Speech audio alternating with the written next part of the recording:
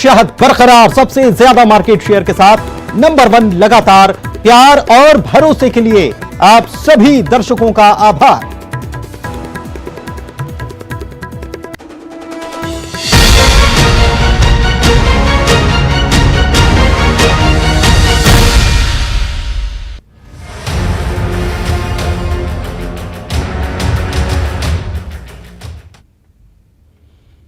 जी हां, टिकट पर सियासत है विकट। नमस्कार, स्वागत आप सभी का। आपके साथ मैं हूं पुनीत और आप देख रहे हैं 5 की आंच।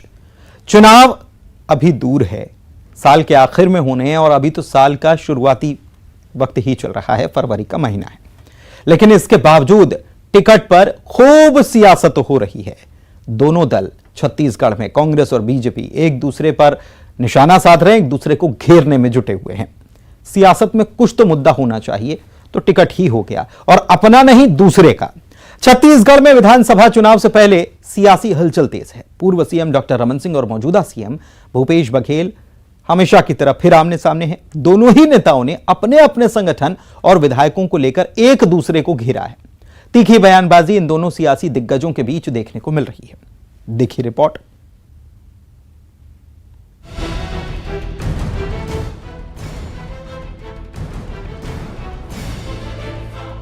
छत्तीसगढ़ विधानसभा चुनाव जैसे जैसे नजदीक आ रहा है, वैसे वैसे प्रदेश के दोनों ही प्रमुख सियासी पार्टियों में जुबानी जंग तेज हो चुकी है। पूर्व सीएम डॉक्टर रमन सिंह ने सीएम भूपेश बघेल को कांग्रेस की चिंता करने की बात कही है। इस पर सीएम भूपेश बघेल ने पलटवार किया। सीएम बघेल ने कहा कि अभी तो चोरी डकैती कर नहीं पाए, विधायकों को तोड़ नहीं पाए, तभी इस प्रकार की बात कह रहे हैं। रमन सिंह जी अपने टिकट की चिंता करें।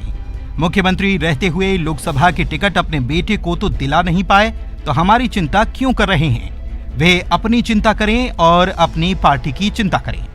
अब वो चोरी डकैती कर नहीं पाए, विधायकों को तोड़ नहीं पाए, तो इस प्रकार की बात कर रहे हैं। और फिर रमन सिंह जी अपनी टिकट की चिंता करें, क्योंकि पुरेंद्रेश्वरी देवी जी तो बोल चुकी हैं कि वो छोटा चेहरा भी नहीं है, केंद्रीय नेतृत्व तो विश्वास भी नहीं कर रहा है। दूसरा, अभी मुझे जो जानकारी मिली, सारे विधायकों को बोल दिए, जो 14 बचे हैं ना, उसको भी बोल दिएगा टिकट नहीं, किसको लड़ाना सोच लो। तो अपनी टिकट की चिंता करे रमन सिंह जी। मुख्यमंत्री रहते अपने बेटे के तो लोकसभा की टिकट दिला नहीं पाए, तो हमारी चिंता क्यों कर रहे हैं भाई? गौरतलब है कि सीएम भूपेश बघेल ने कहा था कि बीजेपी में गुजरात की तरह सभी का टिकट कटेगा। इस पर डॉक्टर रमन सिंह ने कहा कि भूपेश बघेल को कांग्रेस की चिंता करनी चाहिए। विधायक चुनाव लड़ने से भाग रहे हैं। सत्तारूढ़ पार्टी के विधायकों में चुनाव लड़ने की हिम्मत नहीं है। भूपेश पार्टी की चिंता करें, बीजेपी की चिंता करने वाले बहुत हैं। भूपेश बघेल को अपने कांग्रेस की चिंता करनी चाहिए। विधायक लोग चुनाव लड़ने से भाग रहे हैं।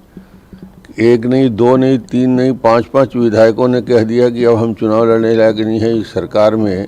तो जो स्थिति कांग्रेस की है कि विधायक आज से जो सत्तारूढ़ पार्टी के हैं, वो उनकी हिम्मत चुनाव लड़ने की नहीं है, मैदान में जाने की नहीं है।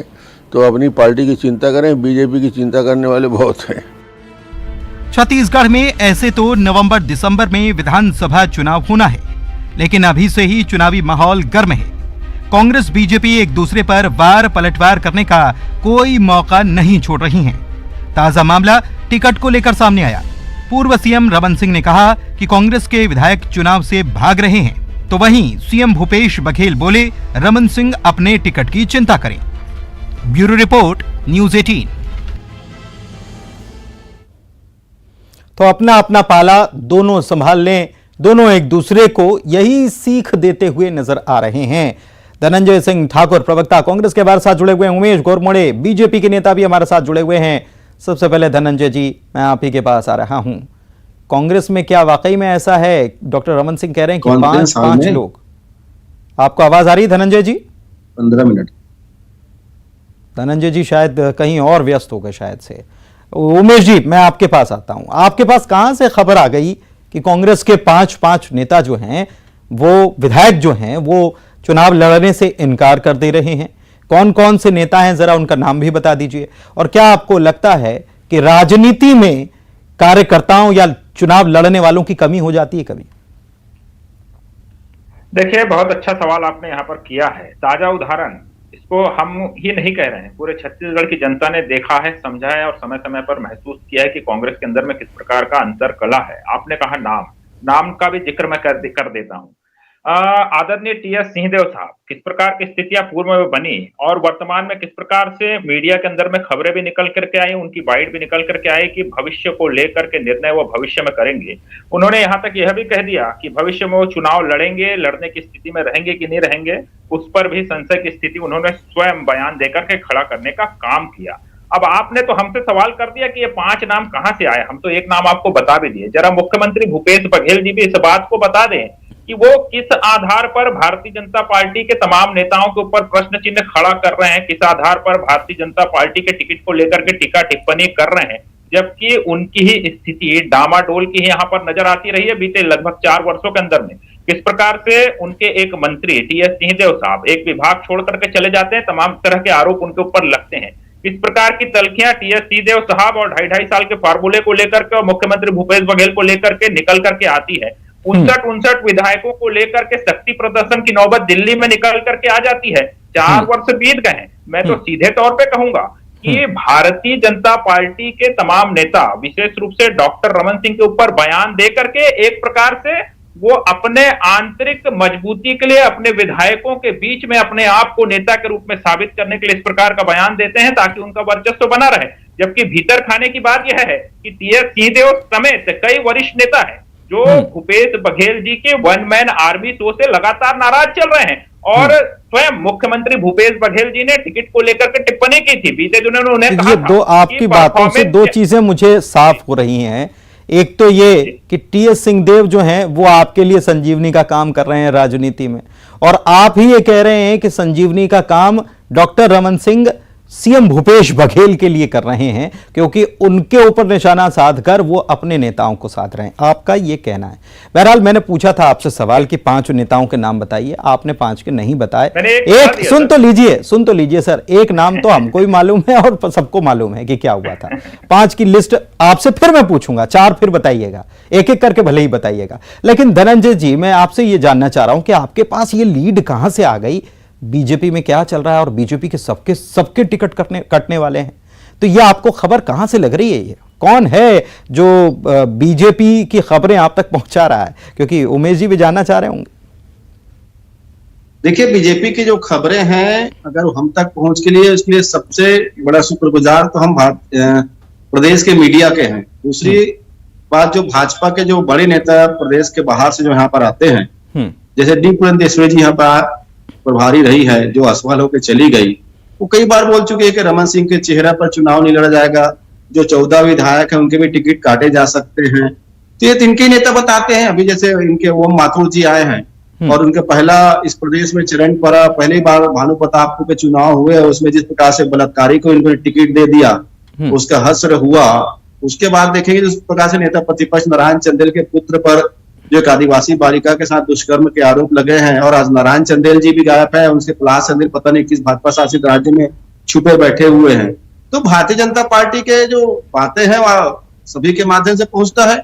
और सही बात तो कहा है, जो 15 साल कुशासन के जो सरकार रही है, मेहमान को समझा कुशासन की सरकार का है, और उस 15 साल में जो मुखिया रहे डॉक्टर रमन सिंह जी, उसको भारतीय जनता पार्टी विकास को बताते रही है। और हम तो हमेशा कहें कि रमन सिंह की सरकार के जो नेतृत्व में देश छत्तीसगढ़ का जो बुरा हाल हुआ है, लेकिन रमन सिंह को टारगेट किए बिना आप लोगों का काम भी नहीं चलता।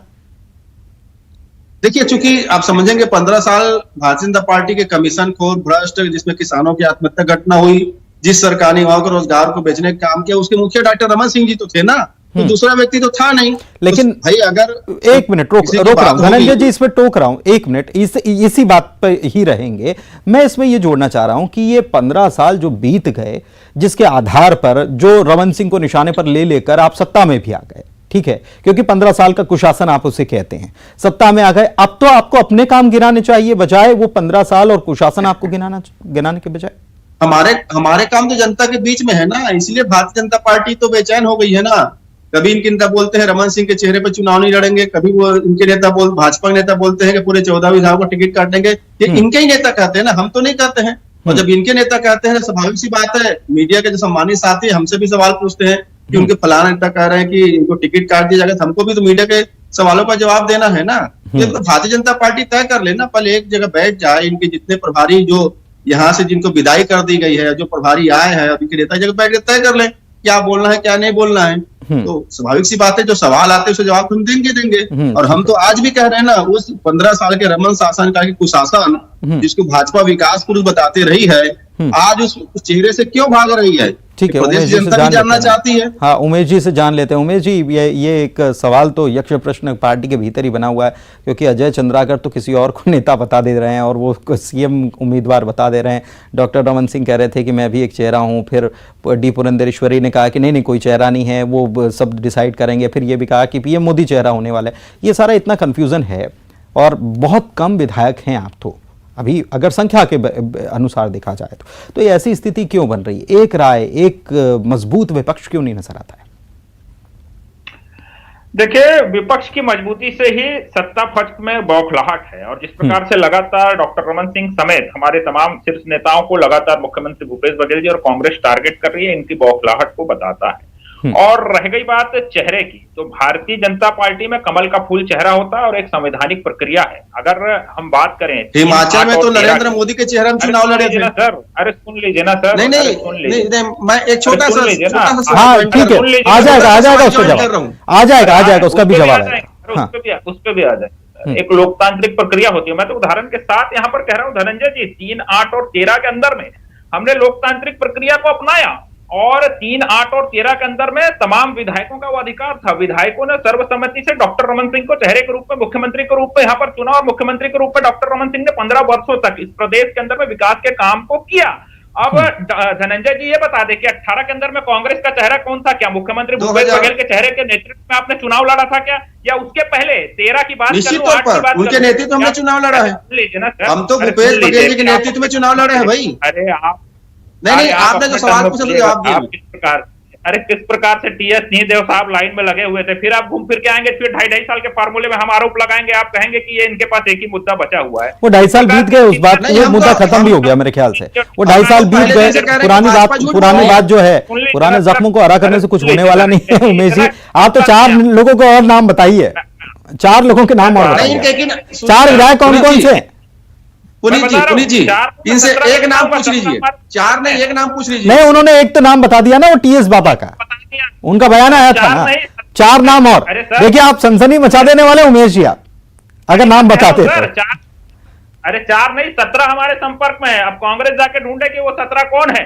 और अभी धनंजय जी ने बहुत बड़ा यहाँ पर आरोप लगाया, ये 15 साल और तमाम तरह के आरोप डॉक्टर रमन सिंह के ऊपर लगाते हैं। मैं खुली चुनौती देता हूँ, 4 वर्षों में आपने कमेटी पे कमेटी बना ली, तमाम तरह के जांच बैठा लिए, तमाम तरह के एफआईआर डॉक्टर रमन सिंह समेत तमाम भाजपा के नेताओं के ऊपर आपने दर्ज की। एक एफआईआर बताइए रमन सिंह के खिलाफ हमारी सरकार ने कराया हो, क्या इस बात को आप बताइए। 4 वर्षों के अंदर में एक आरोप को आपने प्रमाणित किया है कि इस बात को आप बताइए। केवल आप आरोप लगाएंगे, राजनीतिक माइलेज लेंगे, तो छत्तीसगढ़ की जनता बड़ी समझदार है साहब। और लगातार देख रही है कि किसके खिलाफ 5-5 हजार पन्नों का चार्जशीट दाखिल हो रहा है, कौन यहाँ पर भ्रष्टाचार कर रहा है, और किस प्रकार की स्थितियां छत्तीसगढ़ में निर्मित हो रही है। हाँ ठीक है, धनंजय जी जवाब देना चाह रहे हैं, बोलिए। छत्तीसगढ़ की जनता देख रही है साहब। इन्होंने बढ़िया सवाल इन्होंने उठाया, मैं तो साधुवाद देता हूं उमेश जी को। इन्होंने कहा कि रमन सिंह के ऊपर एक भी आरोप, रमन सिंह के खिलाफ इन्होंने एफआईआर कराने का हम पर आरोप लगाया। मैं इस चैनल में, इस विशेष चैनल में उमेश हरबड़े से पूछूंगा, किस थाने में रमन सिंह के खिलाफ हमारी सरकार ने दुर्भावनापूर्वक एफआईआर करवाई, आप बता दीजिए पहली बात। अरे भैया, आप बोलते हैं कि रमन, लेकिन आप प्रमाणित नहीं किया।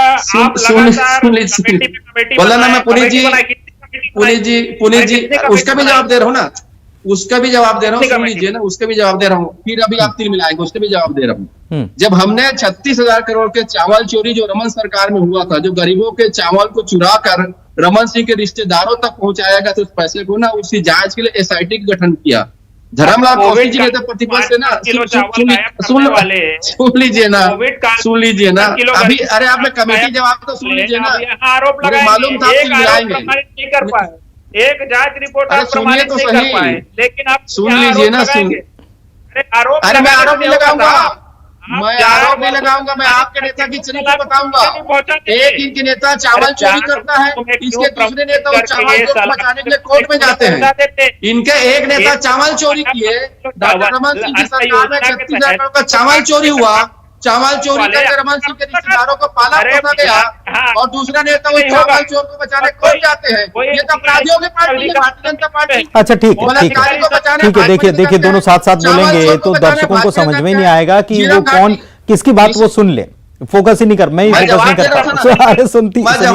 अरे सुनिए तो सही। उमेश जी, मैं आपके पास आ रहा हूं। आपने देखिए बातों बातों में कह दिया कि 17 संपर्क में, आप संपर्क में रख के कर भी क्या लेंगे साहब? अब तो देखिए 5 साल पूरे होने वाले हैं। आपने बोला कि 5 तो बाहर ही हैं, वो चुनाव नहीं लड़ने वाले, लेकिन ये संपर्क वाला खेल कब खत्म होगा ये तो बताइए जरा। अरे भाई, विधायक है कांग्रेस के, और कांग्रेस के विधायक अगर मुख्यमंत्री भूपेश बघेल जी से डरते हैं, मुख्यमंत्री जी अगर चेतावनी दें कि परफॉर्मेंस के आधार पर टिकट का वितरण होगा, और ठीक उसके पैरेलल गृह मंत्री जी का नहीं होना चाहिए क्या? तमाम विधायकों का परफॉर्मेंस अच्छा है, नहीं उसी समय में अगर गृह मंत्री जी का बयान आए कि तमाम विधायकों का परफॉर्मेंस अच्छा है, उससे पहले टीएस सिंहदेव साहब परफॉर्मेंस को लेकर के सवाल उठाएं, उससे पहले चरणदास महंत साहब एक लोकसभा की टिकट में टिकट काटने की साजिश को लेकर के बयान दें, तो इससे समझा जा सकता है कि कांग्रेस के अंदर में किस प्रकार की अंतरकला है। और तो और राजिम के अंदर में इनके 4 महामंत्री इस्तीफा दे दे, एक विधायक के खिलाफ जाकर के 200 कार्यकर्ता इस्तीफा दे दे, कांग्रेस उस पर कुछ नहीं बोलेगी। बिलासपुर के अंदर में इनके पीएल पुनिया साहब के साथ इनके पीसीसी चीफ के सामने कार्यकर्ता खुल करके कहें कि भैया चुनाव के समय हमारी याद आती है, जब निगम मंडलों की नियुक्ति होती तब हमारी याद नहीं आती, तमाम मोर्चों पर हमको पूछा नहीं जाता, अब चुनाव आ रहा है तो आप हमको याद कर रहे हैं। इस प्रकार की चीजें अगर कांग्रेस से निकल करके आए तब उस पर सवाल नहीं उठेगा। लेकिन भारतीय जनता पार्टी के ऊपर टीका टिप्पणी करेंगे मुख्यमंत्री भूपेश बघेल जी, और शायद इसीलिए कहा गया है कि भैया अपना घर संभालिए, चुनाव ज्यादा दिन बचा नहीं है। अरे वो 4 नाम बताइए ना। लगातार आपके ऊपर आरोप लग रहे हैं, आप अगर समय रहते इसका संज्ञान ले लेंगे तो आने वाला जो समय है, 4 की तो छोड़िए, 17 संपर्क में है, और 23 के आते आते 17 संपर्क में भाई संपर्क में। एक बड़ी बात ये कह दी कि बोलने में जाता भी क्या है, संपर्क में बोल देंगे हम, अब आप रेक्टिफाई करते रहो, बोलने में थोड़ी जाता है कुछ। क्यों, सही बात है कि नहीं उमेश जी? चलिए धनंजय जी से जवाब ले लेते हैं। 30 second Dhananjay ji, 30 second please. तो नाम भी पता है लेकिन इन्होंने नहीं बताया। आप नहीं बताएंगे, मैं शर्त लगा कर कह सकता हूं आप नहीं बताएंगे, आप नहीं बताएंगे, शर्तिया तौर पर आप नहीं बताने वाले। ठीक है धनंजय जी, 10 सेकंड में जवाब दे दीजिए बस। कौन है ये ढूंढे? देखिए पुनीत जी, आज मेरे साथ आपने अत्याचार किया है, मुझे अवसर नहीं दिया, पहले भी जवाब नहीं ऐसा नहीं 10 सेकंड आप दे रहे हैं, समय की नहीं आज आपने मेरे साथ अत्याचार किया है। समय देखिए मैं कहा ना, भाजपा का एक नेता चावल चोरी करता है, दूसरे नेता उस चावल चोर को बचाने के लिए कोर्ट जाते हैं। भाजपा के सरकार में झीरम घाटी टाइप का षड्यंत्र कांड हुआ जिसकी जांच की गई, उस अपराधी को बचाने के लिए भाजपा नेता जेल वहां कोर्ट जाते हैं, बलात्कारी को बचाने भाजपा नेता जाते हैं। और किस रमन सिंह की बात कर रहे हैं? चावल चोरी हुआ उसके राज में, चावल चोरी कर रमन सिंह। चलिए ठीक है, कुल मिलाकर एक दूसरे को घिरने का दोनों पार्टियां कोई मौका नहीं छोड़ रही हैं। अब जनता तय कर लेगी कि किसकी बात में कितना दम है। जनता बहुत समझदार है। बहुत शुक्रिया दोनों मेहमानों का चर्चा में शामिल होने के लिए। इसी के साथ चर्चा में इतना ही। नमस्कार।